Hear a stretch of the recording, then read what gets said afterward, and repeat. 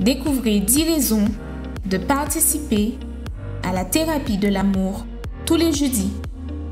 Première raison, guérir des blessures des relations passées. Deuxième raison, apprendre l'amour intelligent. Troisième raison, se préparer avant de connaître quelqu'un. Quatrième raison, savoir choisir une personne compatible. Cinquième raison, défaire les mythes des relations. Sixième raison, retrouver un amour perdu. Septième raison, apprendre à se valoriser.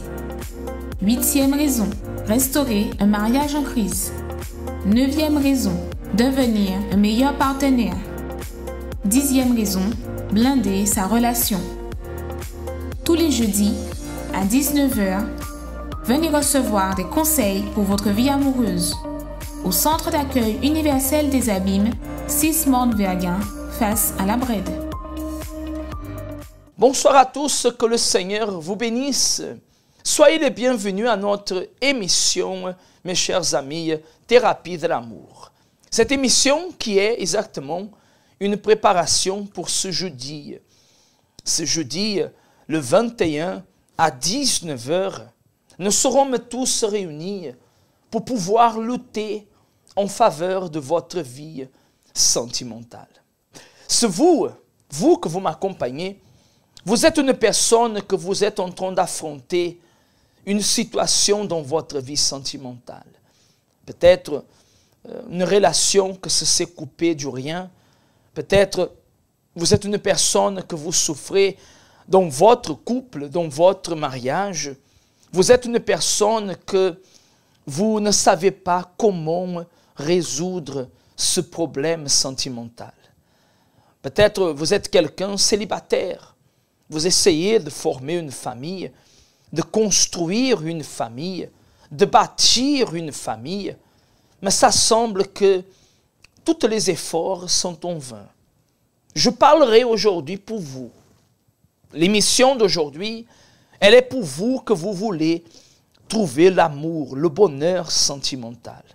Et vous savez, nous ne pouvons pas trouver le bonheur sentimental si nous on n'arrive pas à se trouver à nous-mêmes. La réunion de la thérapie de l'amour est une réunion exactement tournée dans ce sens, dans ce but, dans cet objectif, d'orienter, de guider, de donner une parole, une sagesse pour que la personne qui désire changer sa situation sentimentale, qu'elle puisse voir ce changement se réaliser. Vous que vous m'accompagnez, il est temps que vous puissiez prendre la décision de changer ce cadre, ce que vous êtes en train de vivre actuellement. Il est temps que cette situation change. Il est temps que cette situation, elle puisse changer. Et peut-être vous me demandez, mais comment changer? Comment faire pour que je puisse récupérer mon mari, mon épouse? Comment faire pour que je puisse trouver la paix, le bonheur? Comment faire pour que je puisse trouver la force? Comment faire pour que je puisse avoir le bonheur, cette réalisation sentimentale? Vous allez accompagner en ce moment l'histoire de vie d'une personne. Vous allez accompagner son expérience, son vécu, ici qu'elle a pu vaincre à travers de la foi. Et nous allons revenir d'ici à quelques instants, car nous avons un message très important à parler avec vous. Restez avec nous, mes amis, accompagnez cette histoire. On revient tout de suite après.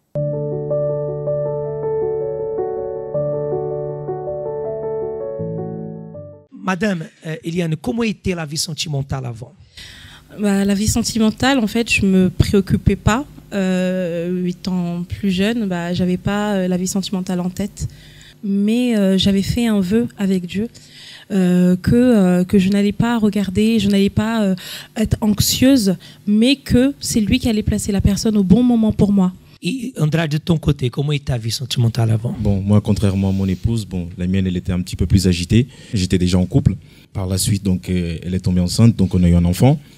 Et petit à petit, donc, j'ai voulu mettre ma vie en règle devant Dieu. Et donc, à un mois du mariage, donc tout était déjà prêt. Donc là, j'ai appris donc que la personne m'avait trahi. Et j'étais par terre. Je n'y croyais plus. Parce que non simplement, parce que bon, moi j'ai mis toutes mes forces pour cette relation. Parce que j'ai pris un engagement, voilà, de vouloir me marier avec la personne. Et même derrière aussi, après cette situation, il y a aussi d'autres répercussions derrière. Parce que bon, elle connaissait tous mes accès bancaires et tout ça. Donc j'ai même des problèmes financiers à cause de toutes ces choses-là. Donc, plus le temps passé, avancé, donc moins je croyais dans l'amour. Et avec elle, c'était vraiment différent.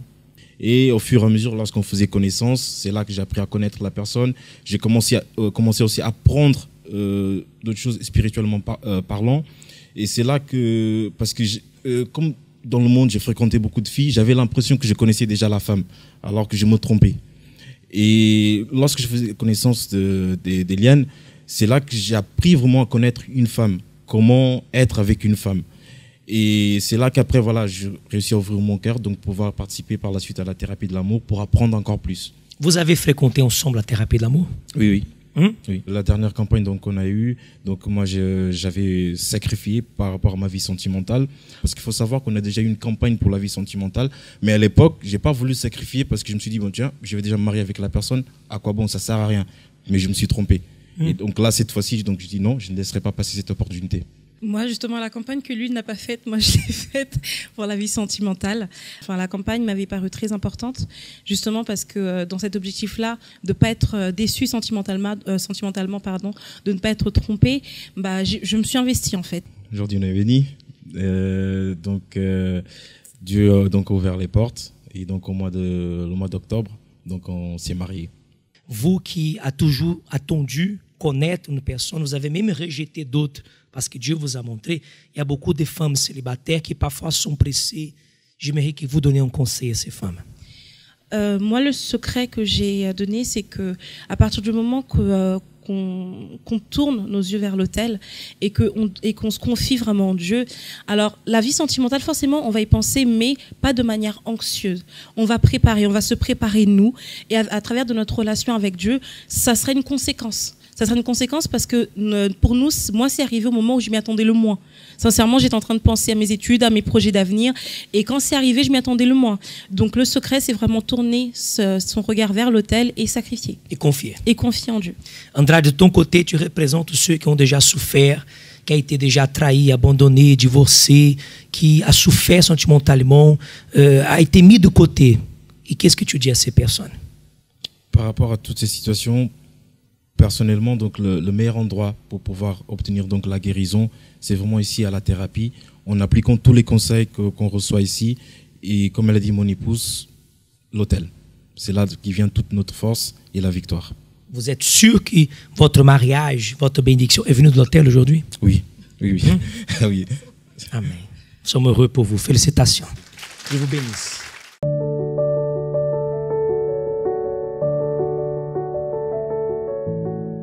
Nous voici de retour avec vous tous. Vous que vous venez de vous connecter, soyez les bienvenus à notre émission Thérapie de l'amour. Vous que vous avez besoin d'avoir un changement dans votre couple, dans votre vie sentimentale. Peu importe si vous êtes marié, si vous vivez en couple, si vous êtes célibataire, si vous êtes veuve, si vous vous trouvez peut-être, vous avez été trahi, vous avez été rejeté, vous avez été abandonné. Peu importe quelle est la situation que vous avez vécue dans votre vie sentimentale. J'aimerais simplement vous dire que pour ce problème, il existe une solution. Et vous savez, je voulais parler aux personnes que peut-être en ce moment se sont dans la solitude. Regardez, qu'est-ce que la Bible dit? Regardez cette parole.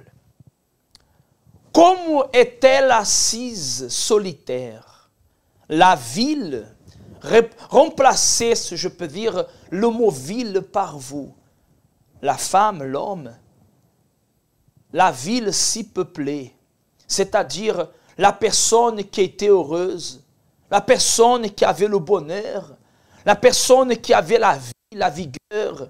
Combien sont des personnes qui avait de la vigueur, du brilles, elle brillait, elle était joyeuse, elle était en paix. Mais depuis, elle est vide. Regardez. Comment est-elle assise solitaire, la ville si peuplée? Porte-parole, comment c'est possible? Celle qui était grande entre les nations est devenue comme une veuve. La princesse, parmi les provinces, est devenue tributaire. Elle pleure.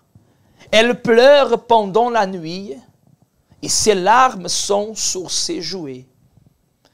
De tous ses amants, regardez, il n'en est pas un qui la console.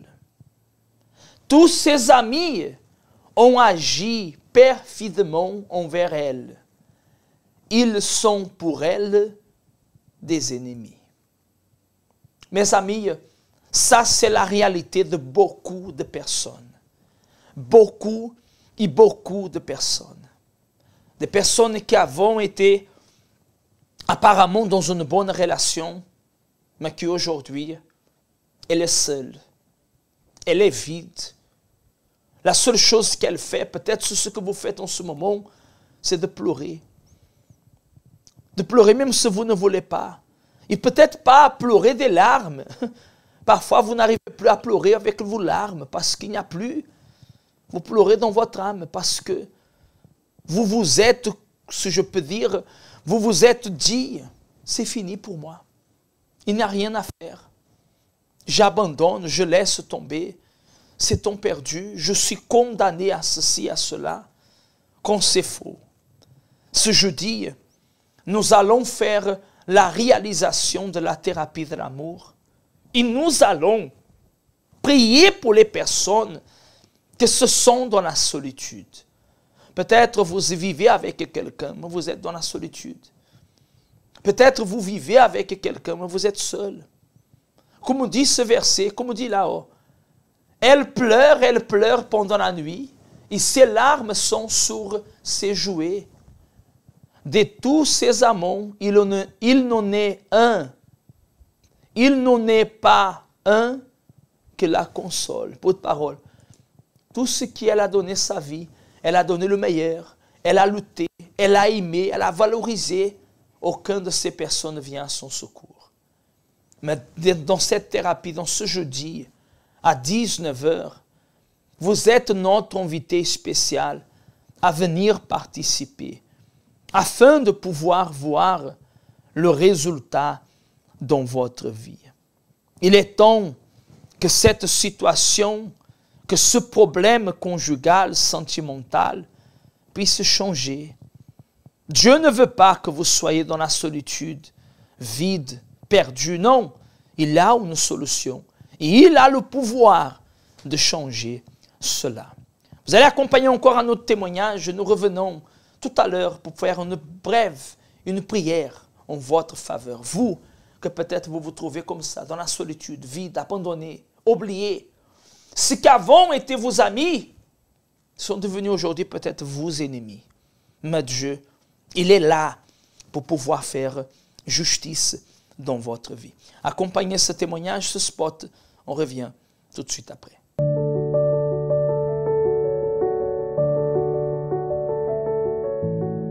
Je m'appelle Monsieur Montou et je suis venu aujourd'hui avec mon épouse pour témoigner de ce que Dieu a fait dans notre vie sentimentale et spirituelle. Donc je suis arrivé à l'église il y a quelques années et ma vie sentimentale était détruite. J'avais une relation avec une femme depuis 7 ans environ, avec qui j'ai eu 2 enfants et on s'est séparés dans des conditions vraiment difficiles. Les enfants étaient en bas âge et je suis arrivé comme ça à l'église, invité dans ce propos pour la thérapie de l'amour le jeudi et pour prier pour la famille. Donc j'ai décidé de m'y engager et de lutter avec Dieu pour que cette situation change. La situation n'a pas changé dans le sens où cette personne n'a pas accepté de se délivrer, de se convertir, d'accepter Dieu, de faire ce qu'il faut pour que notre couple aille mieux et qu'on puisse élever nos enfants dans de bonnes conditions. Donc elle est partie. Et j'ai compris par la suite que c'était la main de Dieu qui n'oblige personne à le suivre. Donc j'ai décidé de m'engager dans ce propos, de prendre soin de moi, de ma vie spirituelle. Donc j'ai participé aux chaînes de prière du mercredi aussi. J'ai décidé de venir le dimanche. Donc j'ai ouvert mon esprit, j'ai compris que la famille commence par moi. Et donc j'ai établi ma relation avec Dieu et j'ai persévéré dans ce propos du jeudi pour la thérapie de l'amour. Quelques années se sont passées. J'ai rencontré mon épouse ici présente, celle qui aujourd'hui est devenue mon épouse. Et nous avons entamé le cours ensemble de la thérapie de l'amour. J'ai connu l'Église par rapport à la vie sentimentale justement parce que j'avais échec en échec dans la vie sentimentale. Donc du coup, un samedi soir, j'ai fléchi mes genoux et j'ai demandé la direction de Dieu, où est-ce que je peux le trouver pour être heureuse dans tous les domaines de ma vie, y compris la vie sentimentale, parce que j'en souffrais beaucoup. J'avais comme une malédiction, mais ça j'ai compris après que c'était vraiment une malédiction, que je restais pas avec une relation stable en fait. Et donc du coup j'ai décidé de venir à l'église. Je ne voulais rien entendre de l'amour, parce que pour moi tous les hommes étaient pareils et qu'ils ne font que me faire souffrir les femmes. Donc du coup je voulais vraiment plus entendre parler de ça. Et j'ai beaucoup pleuré après plusieurs réunions, que j'avais compris que Dieu m'avait lavé en fait de toutes ces souffrances, et que j'avais compris aussi que c'était une malédiction héréditaire, parce que les femmes de ma famille ne sont pas mariées, et si elles sont mariées, elles sont pas heureuses, elles restaient pour la forme. Et il y avait la thérapie de l'amour, donc du coup j'y allais, et donc du coup j'ai suivi tous ces conseils. Je me suis beaucoup investie le mercredi pour la vie spirituelle, parce que j'avais compris que même si je venais tous les jours, il y avait encore quelque chose qui me manquait à l'intérieur de moi. Et suite à ça, j'ai participé aussi à plusieurs propos, la campagne d'Israël, et en fil en aiguille, et tout s'est débloqué en fait. Aujourd'hui, on est mariés, on avait décidé de se voir, de faire les choses dans les règles, et jusqu'à se marier sur l'autel. Et même comme ça, c'était pas facile, parce qu'on a eu beaucoup de luttes, beaucoup de luttes par rapport à sa vie à lui, son passé, et par rapport aussi à mon passé. C'était pas très facile de composer les deux, malgré qu'on était déjà à l'église pendant un moment.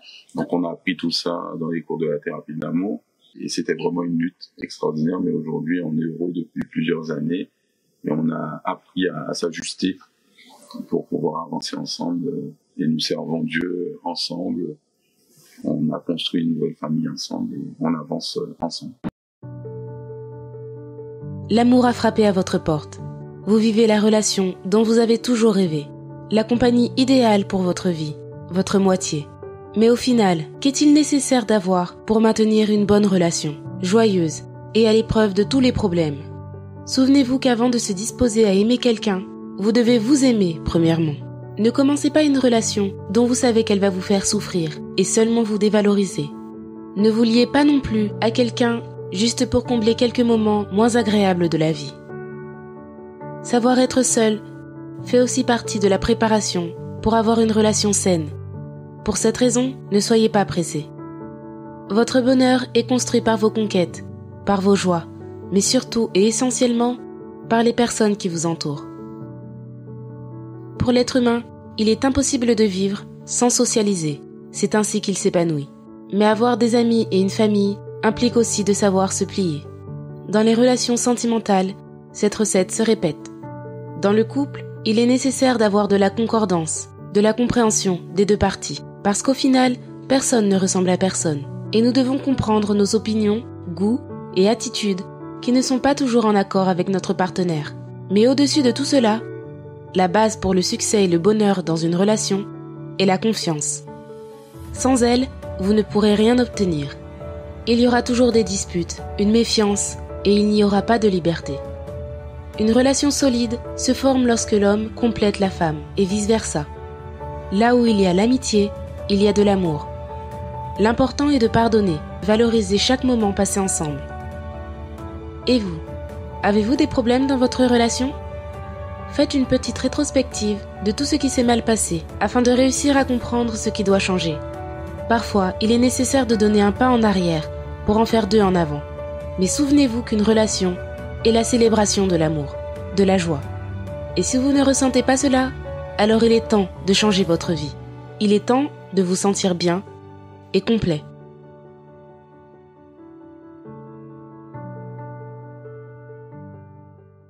Et nous voici de retour, mes chers amis, ce témoignage, ces preuves de vie peuvent vous montrer à vous qu'il y a une solution. Peut-être vous êtes même dépressif, vous êtes arrivé au point de vous trouver dans la dépression et peut-être vous vous êtes renfermé à la maison, vous n'écoutez personne, vous ne regardez rien. Peut-être à cette heure-là, vous êtes en train de regarder juste vous savez, le bonheur des autres et en train de voir votre tristesse. Et vous êtes tombé sur cette émission. Sachez que Dieu, il veut et il va changer cette situation. Nous serons ce jeudi, attention, ce jeudi, aux 6 mornes verguins, aux abîmes, en train de réaliser la thérapie de l'amour. Une réunion qui a comme objectif prendre soin de votre vie sentimentale.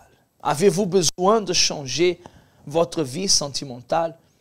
Avez-vous besoin de guérir votre intérieur, votre âme? Avez-vous besoin de guérir votre esprit, votre intérieur? La thérapie de l'amour existe pour cela. Mais j'aimerais en ce moment faire une prière. Si vous pouvez, là où vous êtes, si vous pouvez, mes amis, fermez vos yeux, s'il vous est possible, et placez une main sur votre cœur. Je voulais faire une prière en votre faveur en ce moment.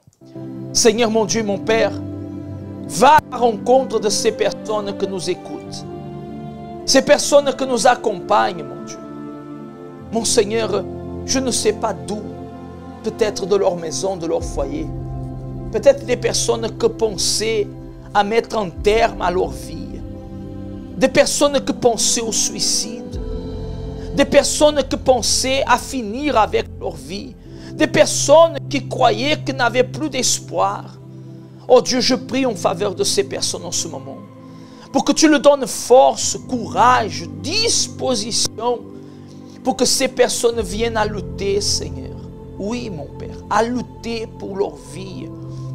Parce que peut-être elle a lutté pour les autres, mais elle n'arrive pas à lutter pour elle. Alors mon Père, viens en ce moment et opère, guéris. Guéris pas le corps, mais l'âme. S'il faut, s'il y a quelqu'un malade, guéris aussi. Mais je prie pour cette personne qui se trouve dans la solitude, seule, rejetée, abandonnée, trahie. Cette personne que, mon Dieu, elle n'arrive même pas à exprimer ou expliquer par les mots ce qu'elle ressent, ce qu'elle vit. Mon Dieu, manifeste ton pouvoir et viens sauver, transformer, relever au nom du Père, du Fils et du Saint-Esprit. Amen. Et grâce à Dieu, qu'ainsi soit-il. Mes chers amis, ne perdez pas cette opportunité. Que Dieu vous fortifie. Il y a une solution pour votre problème. Ce jeudi, à 19h, mes amis, je vous invite à être présents dans notre siège au 6 Morne Verguin, en face de la Brède. Mes amis, vous pouvez nous trouver sur la route des Abîmes, entre le KFC et le McDonald's. Vous allez trouver le centre d'accueil avec ses portes ouvertes, avec un conseil, une aide. Mes amis, gratuitement. Attention, c'est gratuit. Mais vous allez venir pour recevoir une parole qui va certainement bénir votre vie. Nous arrivons à la fin de notre émission. Sachez d'une chose seulement, qu'il y a une sortie. Il y a une solution pour ce problème. Venez chercher cette direction pour que votre vie soit bénie. Demain, au même horaire, on reviendra pour pouvoir encore vous parler d'une autre parole qui va vous aider et vous fortifier. Que Dieu vous bénisse et à demain. La thérapie de l'amour. Tous les jeudis, assistez à une conférence dédiée à la vie sentimentale. Un rendez-vous à ne pas manquer. Vous connaîtrez enfin ce qu'est l'amour intelligent, basé sur la parole de Dieu. Recevez des conseils et orientations, peu importe votre situation amoureuse, que vous soyez marié, en couple, veuve, célibataire ou divorcé. Découvrez comment obtenir votre bénédiction sentimentale. Apprenez à aimer d'un amour intelligent. Dans notre siège, au 6 Mornbergen, route des Abîmes, face à la Brède. Chaque jeudi à 19h au centre d'accueil des Abîmes. La thérapie de l'amour